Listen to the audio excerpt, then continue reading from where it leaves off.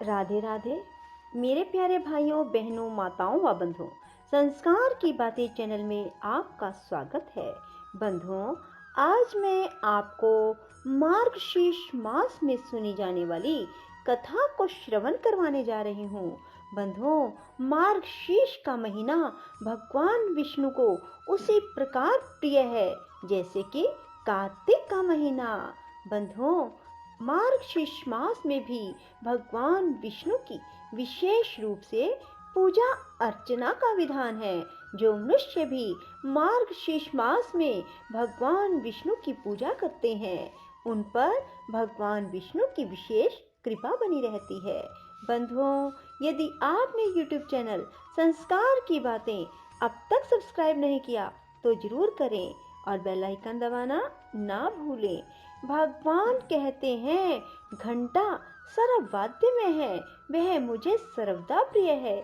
मेरी पूजा के समय उसे बजाने से मनुष्य 100 कोटि यज्ञों का फल प्राप्त करता है। घंटा नाद सदा ही करने योग्य है। विशेषतः मेरी पूजा के समय घंटा अवश्य बजाना चाहिए। मृदंग और शंख की ध्वनि प्रणव के उच्चारण के साथ किया हुआ मेरा पूजन मनुष्यों को सदैव मोक्ष प्रदान करने वाला है। मेरे पूजन के समय जो घंटा नाद करता है, उसके 100 जन्मों के पाप तत्काल नष्ट हो जाते हैं। जो मनुष्य गरुड़ की पीठ पर लक्ष्मी के साथ बैठे हुए मुझ शंख चक्र गदा और पद्मधारी विष्णु की पूजा करते हैं, वे मेरे धाम को प्राप्त होते हैं। मेरे समीप गीत कीर्तन नृत्य करके मनुष्य अपने पितरों का उद्धार करता है। जो गरुड़ चिन्ह से युक्त घंटा हाथ में लेकर धूप आरती स्नान पूजा और विलेपन के समय मेरे आगे प्रतिदिन बजाता है, वह प्रत्येक उपचार में बजाने के बदले 100 चंद्रायन से प्राप्त होने वाले फल को प्राप्त करता है। जो तुलसी काष्ठ का घिसा हुआ चंदन मुझे अर्पण करता है, उसके 100 जन्मों के समस्त पातकों को मैं भस्म कर देता हूँ।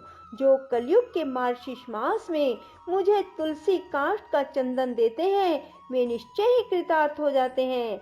जो शंख में चंदन रखकर मार्गशीर्ष मास में मेरे अंगों में लगाता है, उसके ऊपर मैं विशेष प्रेम करता हूँ।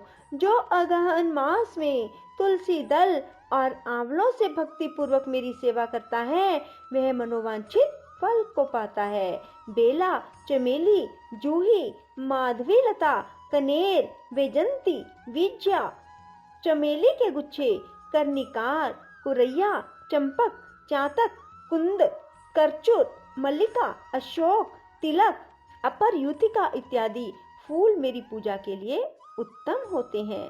केतकी का पत्ता और पुष्प भृंगराज तुलसी का पत्ता और फूल, ये सब मुझे शीघ्र प्रसन्न करने वाले हैं। लाल नील सफेद कमल मार्गशीर्ष मास में मुझे अत्यंत प्रिय है। मेरी पूजा के लिए वे ही फूल उत्तम माने जाते हैं जो सुंदर रंग वाले होने के साथ ही सरस और सुगंधित हो। बिल्व पत्र शमी पत्र भृंगराज पत्र और आमलकी पत्र, ये मेरे पूजन के लिए बहुत शुभ हैं। वन अथवा पर्वत में उत्पन्न होने वाले फूल और पत्र यदि तुरंत के तोड़े हुए छिद्र रहित और कीट वर्जित हों, तो उन्हें जल से धोकर उनके द्वारा मेरी पूजा करनी चाहिए। बगीचे में खिलने वाले फूलों से भी मेरी पूजा की जा सकती है। जिन वृक्षों के फूल मेरी पूजा के लिए उत्तम माने गए हैं, उनके पत्ते भी उत्तम हैं। फूलों और पत्तों के अभाव में उनके फल भी चढ़ाए जा सकते हैं। इन पत्तों फूलों और फलों से जो अगहन मास में मेरी पूजा करता है, उस पर प्रसन्न होकर मैं अपनी भक्ति देता हूँ। जो मनुष्य तुलसी की मंजरियों से मेरी पूजा करता है, वह मोक्ष का भागी होता है। जो तुलसी का पौधा लगाकर उसके पत्तों से मेरी पूजा करता है, वह मेरे निवास स्थान श्वेत द्वीप में आनंद का अनुभव करता है। जो तुलसी दल से प्रतिदिन मुझ लक्ष्मीपति की पूजा करता है, उसके महापातक भी नष्ट हो जाते हैं। फिर उपपातकों की तो बात ही क्या है। बासी फूल बासी जल पूजा के लिए वर्जित है, परंतु तुलसी दल और गंगा जल बासी होने पर भी वर्जित नहीं है। बिल्व पत्र, शमी पत्र, चमेली पत्र, कमल, कौस्तुभ मणि से भी तुलसी दल मुझे अधिक प्रिय है। जिसके पत्ते कटे ना हो, जो मंजरी के साथ हो, ऐसी तुलसी मुझे लक्ष्मी के समान प्रिय है। जैसे कृष्ण और शुक्ला दोनों पक्षों की एकादशी मुझे प्रिय है, उसी प्रकार गौर और कृष्ण दोनों प्रकार की तुलसी मुझे प्रिय है। कौस्तुभ आदि असंख्य रतन तभी तक गरजते हैं जब तक कि श्यामा तुलसी की श्याम मंजरी नहीं मिलती है। जो मेरी पूजा के लिए मांगने वालों को तुलसी दल देते हैं, अन्य भक्तों को भी तुलसी दल अर्पण करते हैं, वे मेरे अविनाशी धाम को जाते हैं। जो काले अगुरु के बने हुए धूप से मेरे मंदिर को सुवासित करता है, वह वैष्णव नरक समुद्र से मुक्त हो जाता है। गुग्गल में भैंस का घी और शक्कर मिलाकर जो मुझे धूप देता है, उसकी अभिलाषा को मैं पूर्ण करता हूँ। अगुरु का धूप देह और गेह दोनों को पवित्र करता है। राल का बना हुआ धूप यक्षों और राक्षसों का नाश करता है।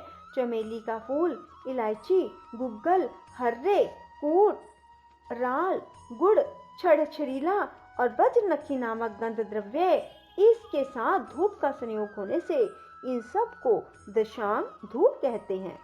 यदि मेरे अत्यंत प्रिय मार्गशीर्ष मास में कोई मनुष्य दशांग धूप देता है, तो मैं उसे अत्यंत दुर्लभ, मनोहर, बल, पुष्टि, स्त्री, पुत्र और भक्ति देता हूँ। अनेक बत्तियों से युक्त और घी से भरे हुए दीप को जलाकर जो मनुष्य मेरी आरती उतारता है, वह कोटि कल्पों तक स्वर्गलोक में निवास करता है। जो अगहन के महीने में मेरे आगे होती हुई आरती का दर्शन करता है, वह अंत में परम धाम को प्राप्त होता है। जो मेरे आगे भक्ति पूर्वक कपूर की आरती करता है, वह मुझ अनंत में प्रवेश कर जाता है। जो मंत्रहीन, क्रियाहीन मेरा पूजन किया गया है, वह मेरी आरती कर देने पर सर्वथा परिपूर्ण हो जाता है। जो मार्गशीर्ष मास में कपूर से दीपक जलाकर मुझे अर्पण करता है, वह अश्वमेध यज्ञ का फल पाता और अपने कुल का उद्धार कर देता है। बोलो विष्णु भगवान की जय। राधे राधे। जय श्री कृष्णा। श्री कृष्ण गोविंद हरे मुरारी, हे नाथ नारायण वासुदेवा। श्री कृष्ण गोविंद हरे मुरारी, हे नाथ नारायण वासुदेवा। श्री कृष्ण गोविंद हरे मुरारी, हे नाथ नारायण वासुदेवा। राधे राधे। जय श्री कृष्णा। बंधुओं, यदि आपको हमारी ये कथा पसंद आए तो इसे लाइक करें और शेयर भी जरूर करें। धन्यवाद।